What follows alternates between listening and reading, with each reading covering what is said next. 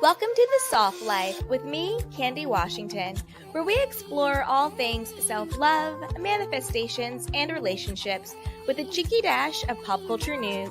So be sure to subscribe, share, and join us on Patreon.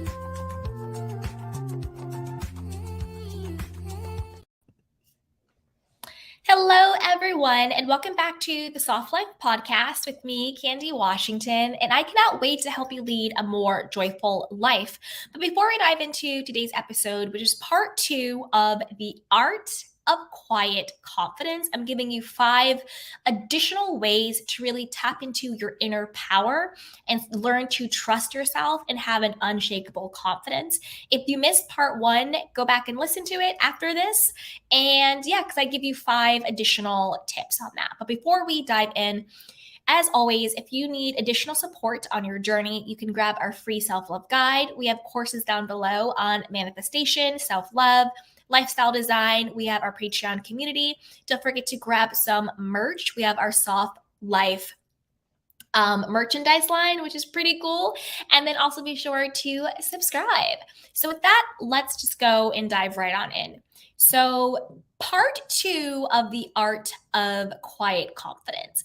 So let's just do a refresher course. So what is quiet confidence?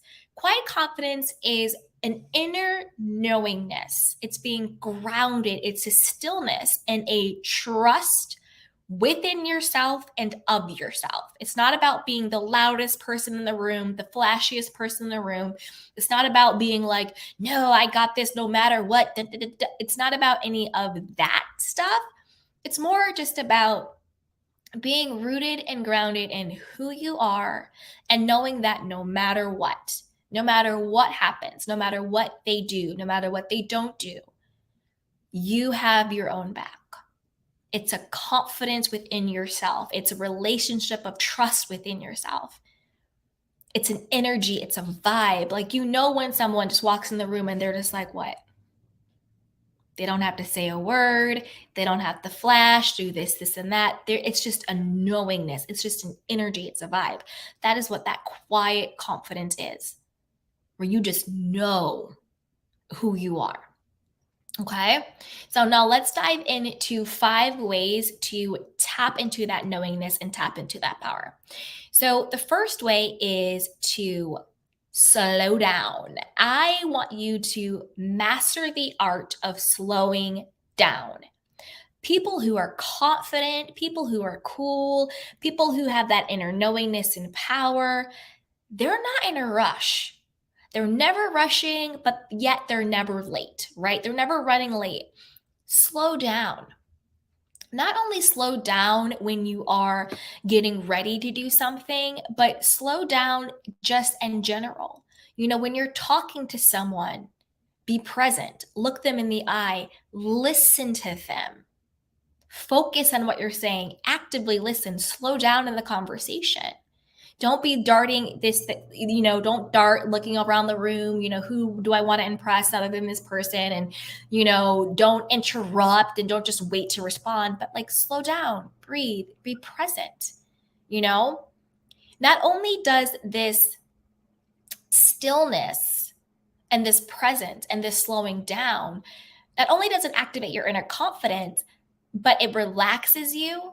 And it also lets you take up the space that you take in a confident and calm and grounded way. If you're always all over the place, always rushing, always running late, it's just not a good look. Energetically, it's not a good vibe. It doesn't seem like that person is confident. Slow down when you're speaking. Imagine when someone's giving a presentation and a person's rushing through it. They lack confidence. You don't believe the person. You're not engaged. But when someone gets on the stage and they are slow, they are intentional, they talk with purpose, they command the room. Slow down in every area of your life. It makes you be less sloppy. It stops you from making needless mistakes. And it just shows up as a more attractive, confident person. So slow down. Master the art of slowing down in every aspect of your life. Okay. So number 2 is Get to know your own needs. Now, we talk about codependency on the podcast and on my channel, but sometimes codependency gets a catch all. Like if you have needs, somehow you're needy and you're codependent and you're desperate. No, that's not it at all. You're allowed to have needs and wants from yourself and from your partner and from your romantic partner. Get to know your own needs. What is it that you need to feel safe? What is it that you need to feel loved and seen and heard and validated from yourself and from others?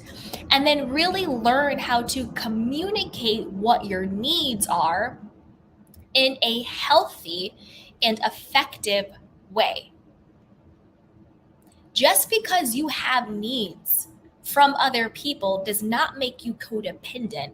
It makes you a human being seeking an interdependent relationship. You know, independent is just you yourself. Codependent is you're getting your needs met in unhealthy ways. Interdependent is you're getting your needs met in healthy ways. I meet your needs, you meet my needs. I have healthy expectations of how we're going to meet each other's needs. Sometimes it's just saying to your partner, you know what, I need a hug right now. I just need to talk to you about my day. I don't need you to make it better or make it right. I just need you to listen.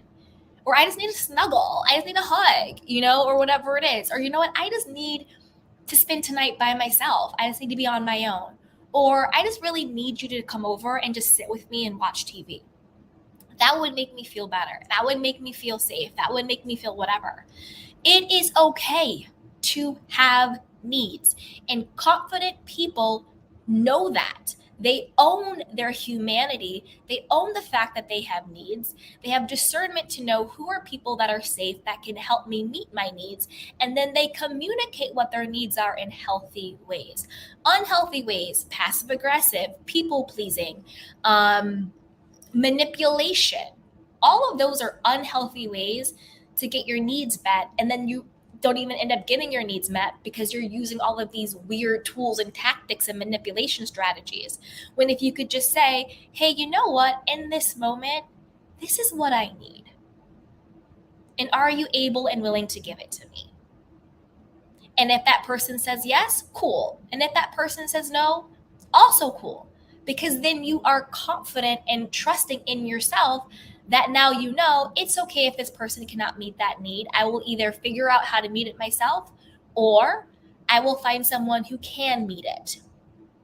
And that is okay. And whether or not this particular person can meet my need or not does not take away from or add to my value. I'm still worthy. I'm still deserving. I'm still enough. I just now know this person is not a safe person to meet my needs, but I'll still be okay. So having needs and wants is being a human being. Communicating those needs and wants in an effective way is being a healthy human being. So don't think that you are not allowed to have needs. You are. You are. But get to know what your needs are. Maybe just if you're feeling some type of way, just get really quiet and just say, what is it that I need in this moment? If I truly loved myself, what would I do in this moment to feel better? If I truly loved myself, what is it that I need in this moment to feel safe, to feel loved, to feel whatever, And then let whatever comes up for you be your guide. So get to know what your needs are. Like me, I need a good snuggle sometimes. Like I need my person to just come and kiss me and snuggle with me. And that's okay. Number 3 is, and we love this one, create healthy boundaries. We always talk about boundaries, right? Boundaries. Well, what is a boundary? To me, and I forget who said this because I did not coin this, and I wish I remembered who did. But to me, a boundary is a space that allows me to love myself and love you at the same time. That's all a boundary is. I'm going to show you love, but I'm not going to do it in a way that disrespects or abandons me or is detrimental to my own well-being. That's why some people say, I'm going to love you from afar. Doesn't mean I don't love you, but I'm not going to love you at the expense of me. So create healthy boundaries. People who have quiet confidence are easy and quick to say, no, thank you. Thank you for asking, but I can't do that. Or, hell yes, absolutely. I'm down. I'm definitely into it, because boundaries isn't just saying no. Boundaries is just saying no to what is a no for you and saying yes to what is a yes for you. So boundaries isn't some negative thing that people think I'm pushing this person away by creating boundaries with them. That's not the point of a boundary. A boundary is not, I'm going to push you away. A boundary is, I'm going to create, regulations or standards around how I'm going to love you and how I'm going to love myself at the same time.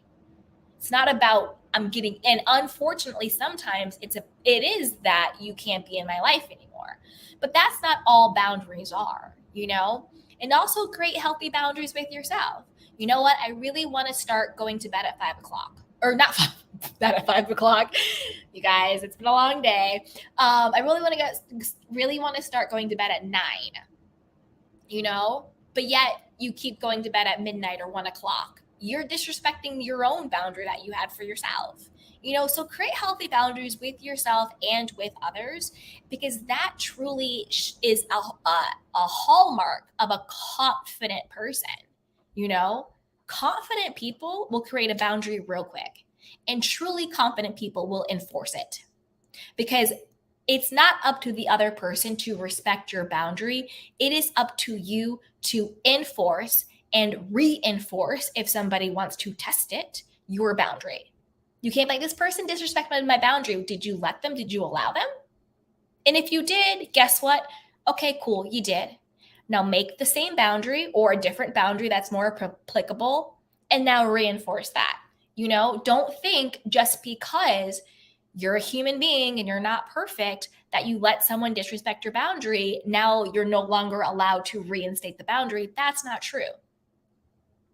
You always have the right to reinstate and reinforce any boundary at any time that you want. I don't care if you let somebody disrespect it 1,000,000 times. They're not going to disrespect it 1,000,001. So forgive yourself.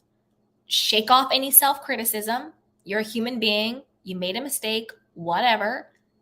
Reinforce the boundary, reinforce the boundary, reinforce the boundary. Because confident people know I can make a mistake, but that mistake does not mean that I'm not worthy of respect or love or whatever the case may be, or reinforcing the boundary. So definitely do that. Okay. Now, number 4. Always ask, and this kind of ties into what we talked about earlier, but always ask yourself, what would someone who loves themselves do? Because confident people who have a quiet confidence, an inner power, an inner knowing, they act in their own self-interest, not in a toxic, selfish way, not in a detrimental to other people way, but in a, I'm going to make my own well-being my first and best priority. That's how I personally live my life. Candy's well-being is my first and best priority at all times. Not to the detriment of others, but sure as hell not to the detriment to myself. Absolutely not. And that's just being a healthy, evolved human being. Okay? So ask yourself, what would someone who loves themselves do in this situation? But the real trick is to honor the guidance that you get. Sometimes it could be go for a hike. Sometimes it could be cancel this appointment. Sometimes it could be break up with this person. Sometimes it could be tell this person how you feel. Sometimes it could be pitch a client, whatever it is. But if you are in a situation where you feel overwhelmed, you don't know what to do, you kind of have an icky feeling, take 5 minutes, go to the bathroom, go in your bedroom, go wherever, get still, get quiet, and just say, what would someone who truly loves themselves do in this situation? Or one of my favorites, and I got this from the book, Love Yourself Like Your Life Depends on It. If I truly loved myself, what would I do? Because sometimes it's hard to say, I truly love myself, so I'm going to do this. That can be hard. So do it as a question. Open it up to the possibility. Be curious. Well, you know what? If I truly loved myself, what would my response be? What would I do in this moment? What would bring me the highest joy? And then trust yourself enough to actually honor and act on the guidance that you get. And that guidance, just like the quiet confidence, it's going to be still, it's going to be confident, it's going to be quiet, it's going to be a knowing. It's not going to be anxiety, it's not going to be confusion or chaos, it's not going to be ick. It's going to be that still knowing. Go this way, do this, do that, don't do this, don't go there. It's going to be that still confidence, that still knowing within you. Okay. Number 5. Might sound cheesy and cliche, but it is what it is. Follow your bliss. Follow your happiness. Confident people who are truly confident, again, we're not talking about the outward flashy, blah, blah, blah. They follow what brings them joy. They follow what brings them happiness. And not only do they follow it, but they make it a priority. They make it a priority to be happy. Rarely do you see miserable, confident people. You usually see confident people who are happy. You know, when you are radiating joy, when you are radiating happiness, that just creates a confident, magnetic person. You don't have to open your mouth. You just show up differently.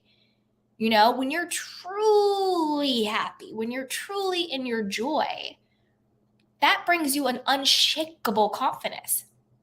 So like I said before, my life mantra, Candy's well-being is my best and first priority. Make it yours too.